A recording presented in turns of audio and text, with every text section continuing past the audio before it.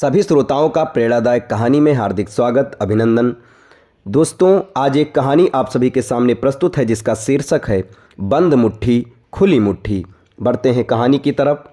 एक आदमी के दो पुत्र थे, राम और श्याम। दोनों थे तो सगे भाई, पर एक दूसरे के बिल्कुल विपरीत।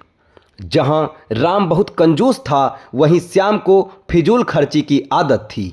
दोनों की पत्नियां भी उनकी इस आदत से परेशान थीं। घर वालों ने दोनों को समझाने के बहुत प्रयास किए, पर ना राम अपनी कंजूसी छोड़ता और ना ही श्याम अपनी फिजूल खर्ची से बाज आता। एक बार गांव के करीब ही एक सिद्ध महात्मा का आगमन हुआ।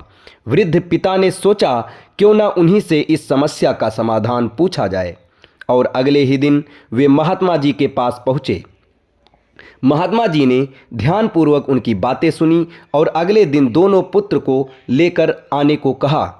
पिताजी तय समय पर पुत्रों को लेकर पहुंच गए। महात्मा जी ने पुत्रों के सामने अपनी बंद मुट्ठियां घुमाते हुए कहा, बताओ, यदि मेरा हाथ हमेशा के लिए ऐसा ही हो जाए तो कैसा लगेगा?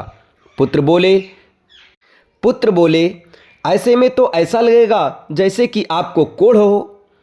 अच्छा, अगर मेरे हाथ हमेशा के लिए ऐसे हो जाएं तो कैसा लगेगा? महात्मा जी ने अपनी फैली हथेलियां दिखाते हुए पूछा। जी, तब तो ये लगेगा कि आपको कोढ़ है, पुत्र बोले। तब महात्मा जी गंभीरता से बोले, पुत्रों, यही तो मैं तुम्हें समझाना चाहता हूँ। हमेशा अपनी मुट्ठी बंद रखना यानी कंजूसी दिखाना, या हमेशा अपनी हथेली खुली रखना यानी फिजूल खर्ची करना, एक तरह का कोढ़ ही है।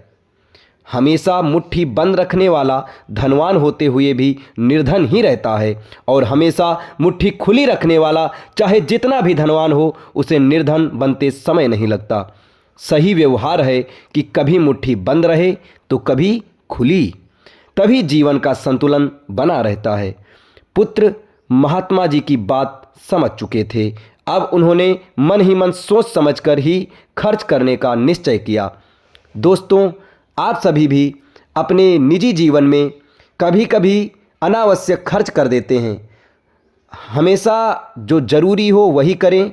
अनावश्यक खर्चा आपको हमेशा प्रॉब्लम में डाले रहेगा। दोस्तों, ये कहानी आपको कैसी लगी? प्रतिक्रिया अपनी कमेंट बॉक्स में ज़रूर दें और हमारे चैनल के साथ जुड़े रहें। धन्यवाद।